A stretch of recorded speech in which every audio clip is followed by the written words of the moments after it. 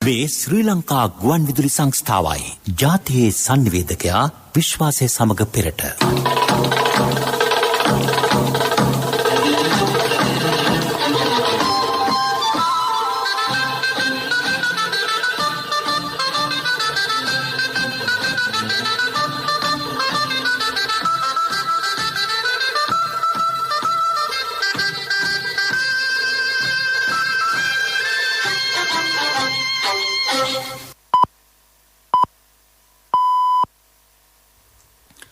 වේලාව සවස 6යි. මේ ශ්‍රී ලංකා ගුවන් විදුලි සංස්ථාවයි. මෙන්න ප්‍රවෘත්ති. සංස්කරණීය හේමන්ත හෙට්ටිගේ ප්‍රකාශය ගයන් කෞශල් ජයවීර. කොළඹ නාරාහෙන්පිට ආර්ථික මධ්‍යස්ථාන භූමියේ ස්ථාපිත රාජවාස වෙළඳ සංකීර්ණය ජනපති ප්‍රධානත්වයෙන් ජනතා අයිතියට. ජිනීවා මානව හිමිකම් යෝජනාවලිය පිළිබඳව අගමැතිවරයා මහා සංඝරත්නයේ අදහස් විමසයි. රාජ්‍ය බුද්ධ්‍යංශ ප්‍රධානියා මානව හිමිකම් නීතිඥ යස්මින් සුකාටේරහිව නඩුමගට. මහකන්නේ වී මෙට්‍රික් ටොන් ලක්ෂ 3ක් මිලදී ගැනීමට රුපියල් කෝටි 1600ක්. අධිවේගී මාර්ග පරිසර අධ්‍යයනයේදී පඬු කරඳ ශාකය කෙරෙහි අවධානය යොමු නොකිරීම ගැටලුවලට මුල බව පරිසර ඇමති කියයි. මහ බැංකුව බැඳුම් කර සිද්ධියට අදාළ නඩුවේ විමර්ශන අවසන්. ඇමරිකානු චීන ජනාධිපතිවරුන් අතර දුරකථන සංවාදයක්. කොළඹ නාරාහෙන්පිට ආර්ථික මධ්‍යස්ථාන භූමියේ ස්ථාපිත රාජවාස වෙළඳ සංකීර්ණය ජනාධිපති ගෝඨාභය රාජපක්ෂ මැතිතුමාගේ ප්‍රධානත්වයෙන් අද විවෘත කෙරිණ. ශ්‍රී ලංකා රාජ්‍ය වාණිජ්‍ය විවිධ නීතිගත සංස්ථාවේ ප්‍රදර්ශනාගාරය පුළුල් කර එම වෙළඳ සංකීර්ණය ඉදි කර තිබේ. එය රාජ්‍ය හා පෞද්ගලික වෙළඳ ආයතන 78කින් සමන්විතය. සෞභාග්‍ය දැක්ම ප්‍රතිපත්ති ප්‍රකාශනයේ සඳහන් ආකාරයට රාජ්‍ය ව්‍යවසායකයන්ගේ හා දේශීය නිෂ්පාදකයන්ගේ ගුණාත්මක භාණ්ඩ හා සේවා එකම වහලක් යටතේ සපයා ගැනීමේ අවස්ථාව පාරිභෝගිකයන්ට සලසා දීම එහි අරමුණයි. දේශීය නිෂ්පාදකයන් දිරිගැන්වීම සඳහා ඔවුන්ගේ නිෂ්පාදන භාණ්ඩ වෙළඳපළට සැපීමේ අවස්ථාව සලසා දීම නව වැඩපිළිවෙලට අයත්ය. ලබන මාසයේ පැවැත්වෙන ජිනීවා මානව හිමිකම් සැසිවාරයේදී ශ්‍රී ලංකාවට එරෙහිව ඉදිරිපත් වන යෝජනා සම්බන්ධයෙන් අගමැති මහින්ද රාජපක්ෂ මහතා මහා සංඝරත්නයේ අදහස් විමසයි. ඒ සඳහා සංවිධානය කළ හමුවක් අරලියගහ මන්දිරයේදී පැවැත්වින. ශ්‍රී ලංකාවට එරෙහිව ඉදිරිපත් වන යෝජනා ඇතුළත් වාර්තාව හා ඒ සම්බන්ධයෙන් ගත යුතු ඉදිරි ක්‍රියාමාර්ග පිළිබඳව මහා සංඝරත්නයේ අවවාද හා උපදෙස් ලබා ගැනීම හමුවේ අරමුණ විය. ලෝකයේ කොරෝනා වෛරසයේ ව්‍යාප්තිය සාර්ථකව මර්ධනය කළ රටවල් අතර ඉදිරියෙන් සිට ශ්‍රී ලංකාව අපකීර්තියට පත් කිරීමේ අරමුණින් වැරදි මතවාද ඇතුළත් කර මෙම මානව හිමිකම් යෝජනාවලිය සකස් කර ඇතැයි ඇමති දිනේෂ් ගුණවර්ධන මහතා එහිදී පැවසිය. මානව හිමිකම් කොමිසමේ අරමුණ රට බෙදා වෙන් කිරීම බව පූජ්‍ය මහාචාර්ය මැදගොඩ අබේතිස්ස ස්වාමින් වහන්සේ එහිදී සඳහන් කළහ.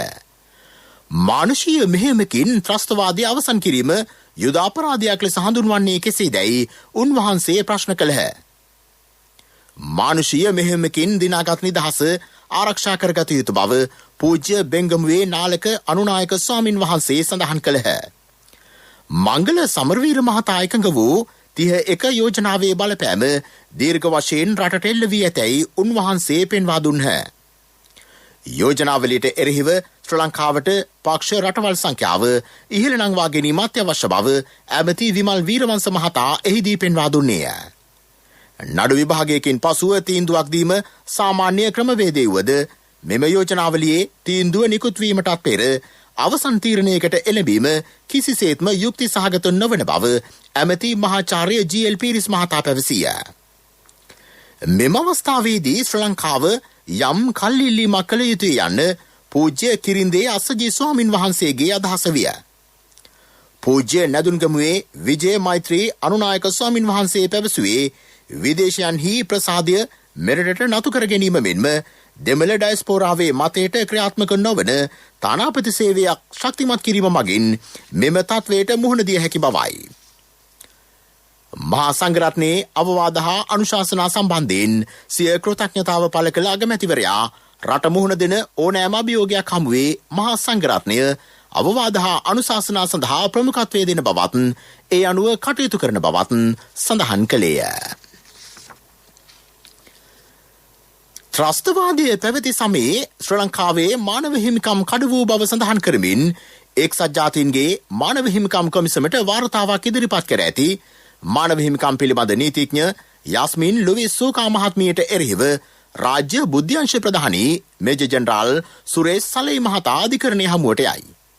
ඒ පිළිබඳව ජාතික ගුවන්විදුලියට අදහස් දැක්වූ සලේ මහතාගේ නීතිඥ පසන් වීරසිංහ මහතා ඒ අවුරුද්දේ මේජර් ජෙනරාල් සුරේෂ් සලේගේ නම සඳහන් කරලා යාස්මින් සූකා මහත්මියත් විසින් මෙහෙවන අන්තර්ජාතික සත්‍ය සහ යුක්තිය සඳහා වන ව්‍යාපෘතිය කියන සංවිධානය විසින් යම්කිසි ප්‍රකාශ ප්‍රචාරණය කරලා තිබුණා. මේ ප්‍රකාශවල තිබුණ දේවල් අසත්‍ය සහ පදනම් විරහිත කියලා තමයි මේ අවස්ථාවේදී මගේ සේවාදායක ගැනීම උපදෙස් ලැබුණේ. ඒ අනුව අපි එන්තරවාසී කිහිපයක් යවුවා මේ සංවිධානයටත් මේ යාස්මින් සූකා මහත්මියටත් මේ ප්‍රකාශවලින් සිදු වූ චරිත හානිය වෙනුවෙන් රුපියල් බිලියනක වන්දියක් ඉල්ලලා. ඒ එන්තරවාසීට කිසිම සුබදායක ප්‍රතිචාරයක් නැති නිසාවෙන් මගේ සේවාදායකයාට රෝගී ප්‍රදේශ මත මේ වෙනකොට ප්‍රමිතියක් ගුණ කරලා තියෙනවා. නඩුවක් පවරලා කොළඹ දිස්ත්‍රික්ක උසාවියේ මේ තරම් සංවිධානයක් අන්තර්ජාතික සංවිධාන හින්දා ඒ පැමිණිල්ල ගොනු කරලා මගේ සේවාදායකයා ඔහුගේ ලියාපදිංචි නීතිඥ මගින් ඉල්ලීමක් කරලා තියෙනවා. නිසි ක්‍රියාමාර්ගයක් ඔස්සේ කැඳ ලංකාවේ අධිකරණ අමාත්‍යාංශය සහ විදේශ කටයුතු අමාත්‍යාංශය හරහා මේ විත්තිකරුවන්ට සිතාසිය යවන්නයි කියලා. සිතාසිය යැවීමෙන් අනතුරුව අපි බලාපොරොත්තු වෙනවා මේ විත්තිකරුවන් ලංකාවට ඇවිල්ලා නඩු විභාගයට මුහුණ දෙයි කියලා.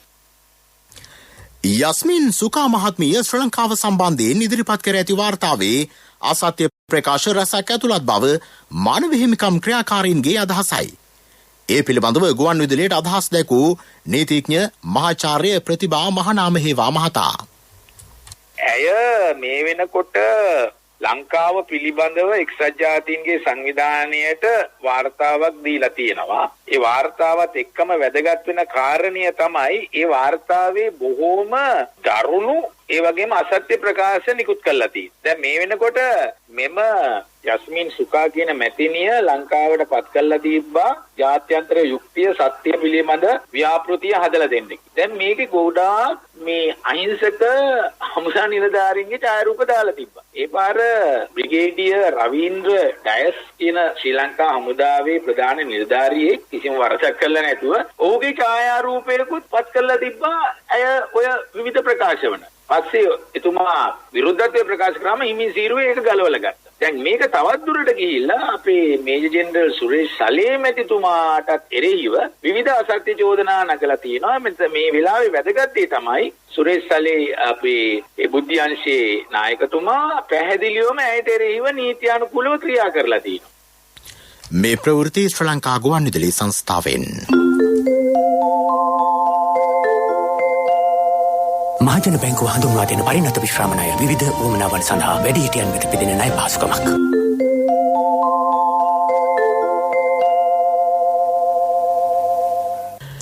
මෙරට ඉතිහාසයේ පළමු වරට මෙවර මහකන්නේ වියලවි මණ්ඩලය විමෙට්‍රික් ටොන් ලක්ෂ 3ක් ඍජුවම ගොවීන්ගෙන් මිලදී ගන්නා බව ඇමති මහින්දානන්ද අලුත්ගමගේ මහතා කියයි.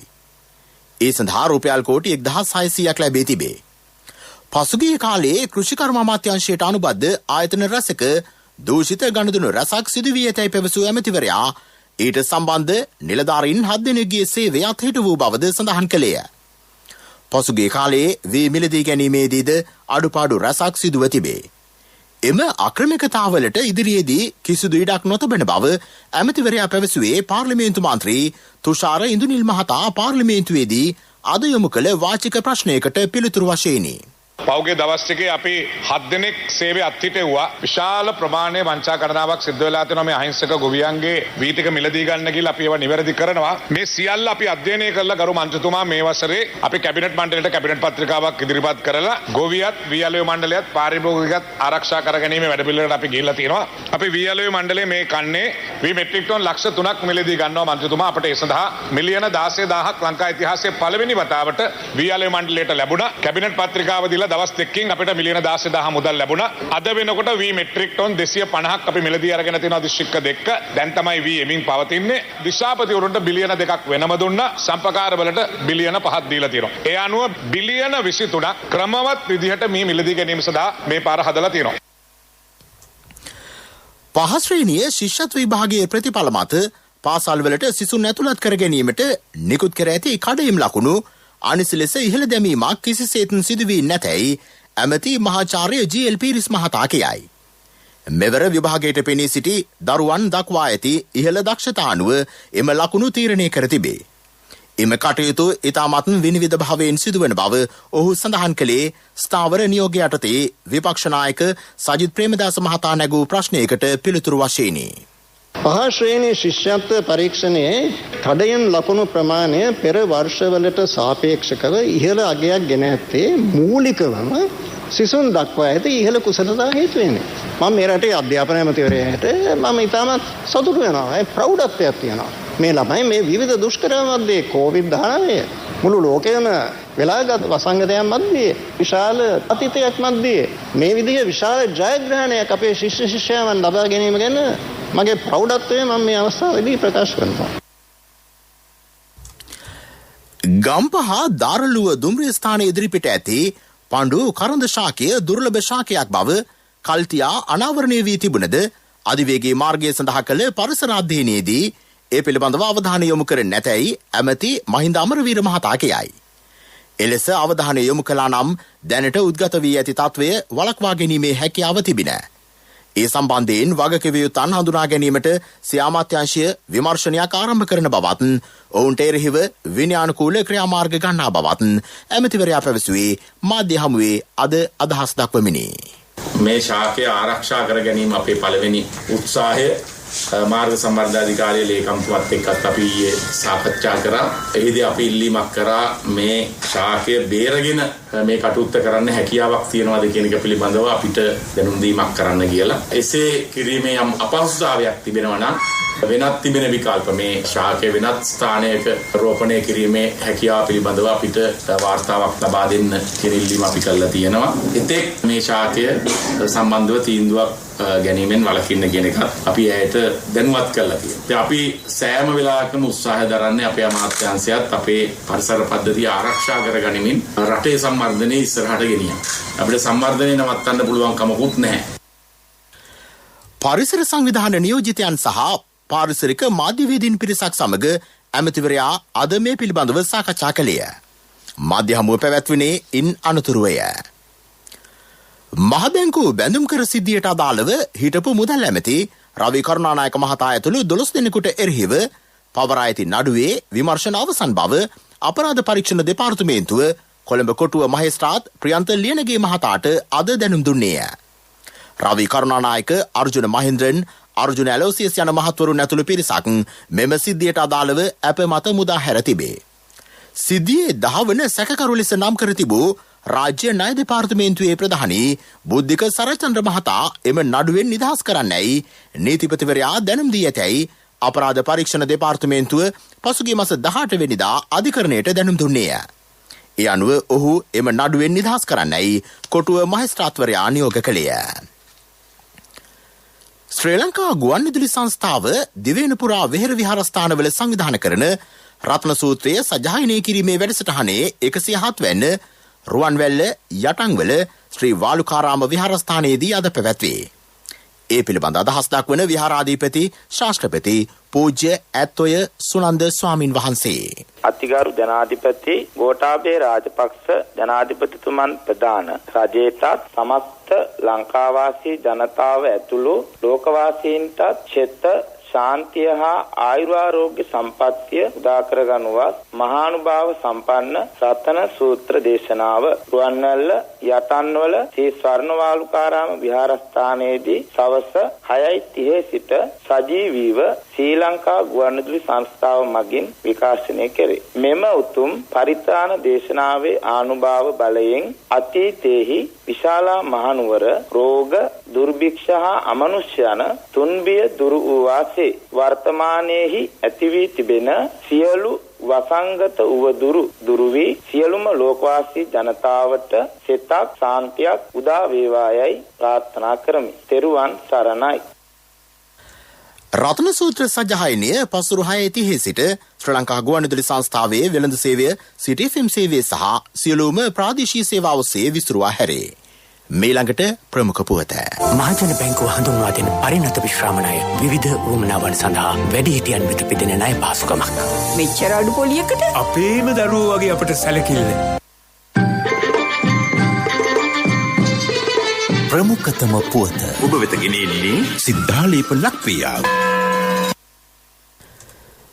දුම්රිය මැදිරි මෙරටදී නිෂ්පාදනය කිරීම අරමුණ බව දුම්රිය දෙපාර්තමේන්තුවේ රත්මලාන ප්‍රධාන ඉංජිනේරු අංශයේ අතිරේක සාමාන්‍ය අධිකාරී කීර්ති හේවාවිතාරණ මහතා කියයි. ඒ සඳහා වන සවිස්තර වාර්තාවක් දැනටමත් ප්‍රවාහන අමාත්‍යාංශයට බාර දී තිබේ. එක් දුම්රිය මැදිරියක් නිෂ්පාදනය සඳහා වැය වෙන මුදල රුපියල් 5 කෝටි 70 ලක්ෂයකි. දැනට දුම්රිය දෙපාර්තමේන්තුව සතු ඇති මැදිරි සංඛ්‍යාව 1487කි. ඉන් 584ක්ම රොමේනියාවෙන් ආනයනය කළ මැදිරි වන අතර ඒවායේ සේවා කාලය මේ වන විට වසර 25 ඉක්මවා තිබේ. දුම්රිය මැදිරි මෙරටදීම නිපදවීම සම්බන්ධයෙන් ජාතික ගුවන්විදුලියට අදහස් දැක්වූ කීර්ති හේවාවිතාරණ මහතා. පසුගිය කාල සීමාව තුළ දේශීය ආයතනත් එක්ක එකතු වෙලා මැදිරි නවීකරණය කිරීමේදී ලබාගත් අත්දැකීම් අනුව දැන් දුම්රිය දෙපාර්තමේන්තුව සහ අපේ පුද්ගලික අංශය මැදිරි සම්පූර්ණයෙන්ම ශ්‍රී ලංකාවේ නිෂ්පාදනය කිරීම සඳහා අවශ්‍ය කරන ප්‍රවීණත්වය ලබාගෙන තියෙනවා. ඒ අනුව අපි රජයට වාර්තා කරා අපිට ශ්‍රී ලංකාව තුළ සම්පූර්ණයෙන්ම දුම්රිය මැදිරි නිෂ්පාදනය කිරීමේ ක්‍රියාවලිය කරන්න පුළුවන් නිසා මැදිරි ආනයනය කිරීමේ අවශ්‍යතාවයක් නැහැ කියලා. ඒ අනුව ජේ විසින් අපෙන් වාර්තාවක් ඉල්ලලා අපි දැන් ඒ පිළිබඳව සම්පූර්ණ වාර්තාවක් හදලා ආරදීලා තියෙන අමාත්‍යාංශයට දේශීය කර්මාන්ත කරුවන් යොදාගෙන ශ්‍රී ලංකාව තුළ නිෂ්පාදනය කරන්න. ප්‍රමුඛතම පුවත ඔබ වෙත ගෙන ආවේ සිද්ධාලේප ලක්වියාව. ලෝක ප්‍රවෘත්ති අනුග්‍රහය පීපල්ස් ලීසින් විප්ලවයට ඔබත් එක්වන්න. කිසිදින නොලැබෙන අසමසම ලීසින් වාරික සමගින් අවම පොලියකට විස්තර දැනගන්න ළඟම පීපල්ස් ලීසින් ශාඛාවකට පිවිසෙන්න. නැත්නම් කතා කරන්න 0112266300. පීපල්ස් ලීසින් විශ්වාසයේ ප්‍රමුඛයා. ඇමරිකානු ජනාධිපති ජෝ බයිඩන් මහතා චීන ජනාධිපති ෂී ජින්පින් මහතා සමග දුරකථන සංවාදයක නිරත වෙයි. ඔවුන් දෙදෙනා සංවාදයට එක් වූ පළමු අවස්ථාව මෙයයි.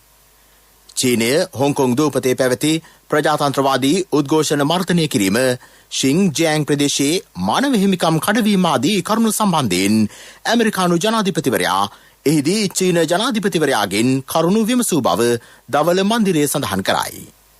තායිවානය හා චීනය අතර පවතින අර්බුදය ඇතුළු කරුණු ගණනාවක් සම්බන්ධයෙන් එම සංවාදයේදී අවධානය යොමු විය. ඇමරිකාවේ හිටපු ජනාධිපති ඩොනල්ඩ් ට්‍රම්ප් මහතා චීනයට එරෙහිව ආර්ථික සම්බාධක පැනවීම හේතුවෙන් දෙරට අතර සබඳතා පළුදු විය. චීන ජනාධිපතිවරයා පවසන්නේ දෙරට අතර මතභේදාත්මක තත්ත්වයක් පැවතීම සුදුසු නොවන බවයි. රුසියාවෙන් වාර්තා වන කොරෝනා ආසාදිතයන් සංඛ්‍යාව 40,000 ඉක්මවයි. ඊයේ එරටින් ආසාදිතයන් 14,494 දෙනෙකු හමු වී තිබේ. ඒ අනුව එරට සමස්ත ආසාදිතයන් සංඛ්‍යාව 40,12,710 දක්වා හෙළයයි. ඊයේ රුසියාවෙන් කොරෝනා මරණ 536ක් වාර්තා විය.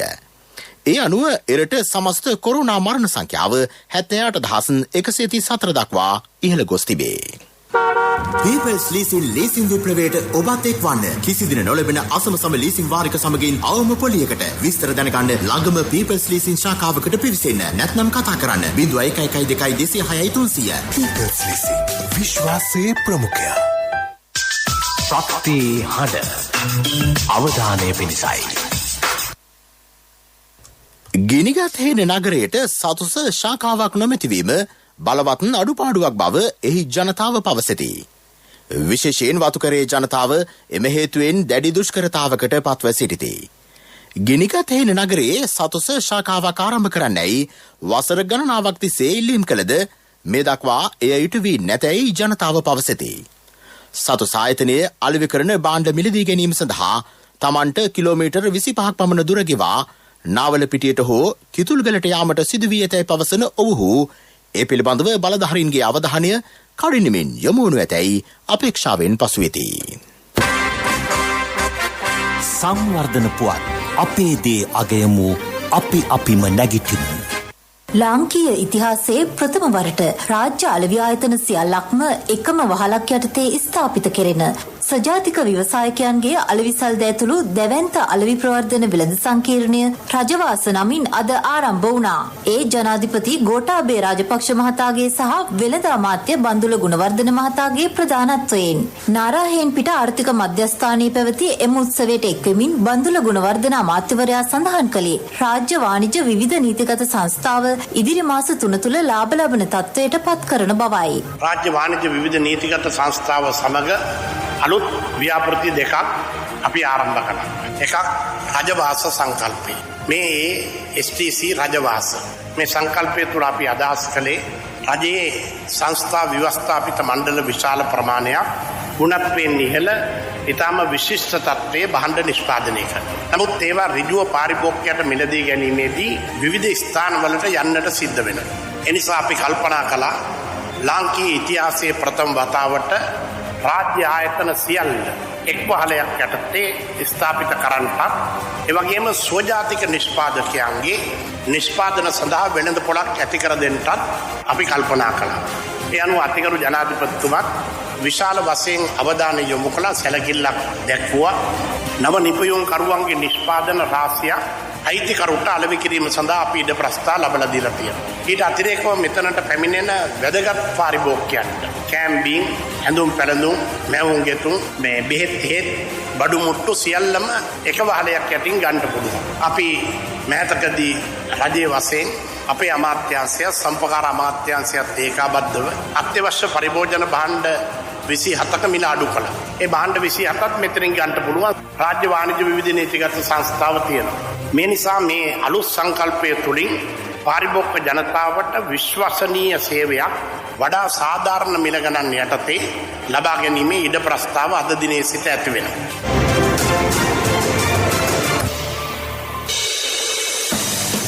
ක්‍රීඩා පුවත්.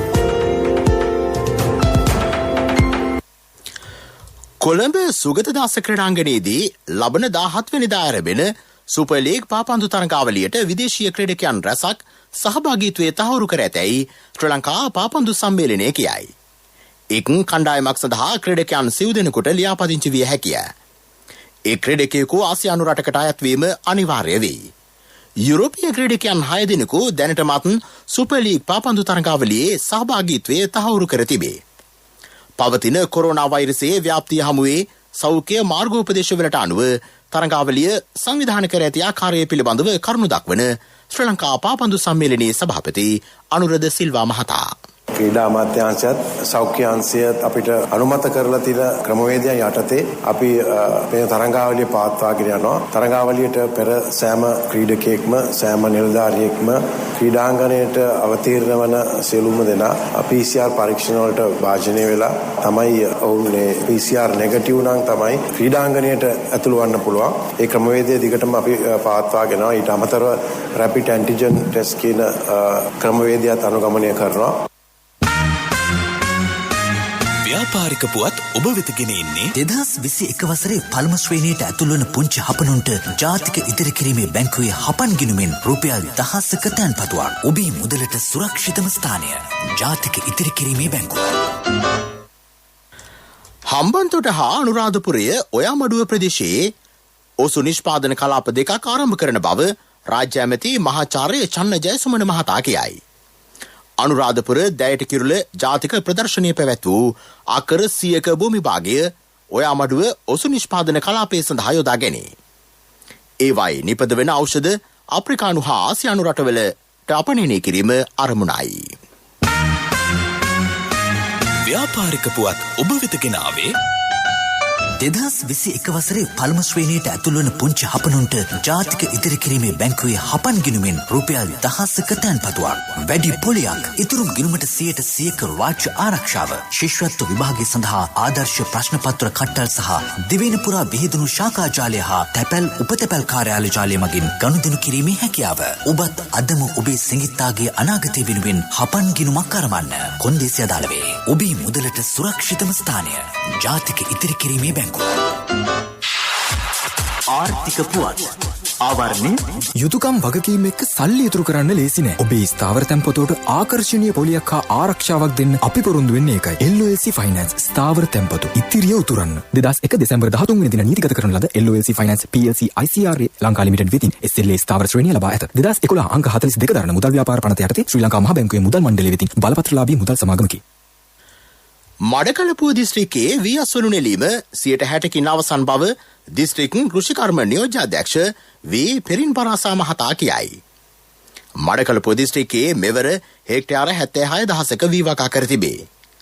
මෑතකදී ඇති වූ ගම් වතුර හේතුවෙන් කුඹුරු හෙක්ටයාර 10,000ක් විනාශ වූ බවද නියෝජ්‍යාධ්‍යක්ෂවරයා සඳහන් කළේය. මගේ මහත්තයා දාපු මේ රත්තරන් මුද්ද තමයි මගේ ජීවිතේ. LOLC එකට ඔයාලගේ රත්තරන් පණ වගේ. ඔයාලගේ රන් බහන්න අපි ළඟ තියනකල් ඔයාලට ජීවිත රක්ෂණයකුත් දෙන්නේ අපි විතරයි. වෙලාවට ගෙවා ගන්න බැරි වුණොත් ඔයාලගේ රත්තරන් කොහොම හරි ඔයාලටම දෙන එකයි අපේ ප්‍රතිපත්තිය. ගෙවා ගන්න අමාරු වුණොත් අපි කතා කරලා විසඳුමකුත් දෙනවා. මුද්දට මං හිතපු නැති ගාණක් හම්බුණා. ආපු ගමන් වැඩෙත් උනා. වටිනා තෑග්ගකුත් හම්බුණා. LOLC එක කරන ගනුදෙනුවක් රත්තරන් වටින ගනුදෙනුවක් කියන්නේ ඒකනේ. LOLC Finance රන්සවි රන්නය සේවාව. රත්තරන්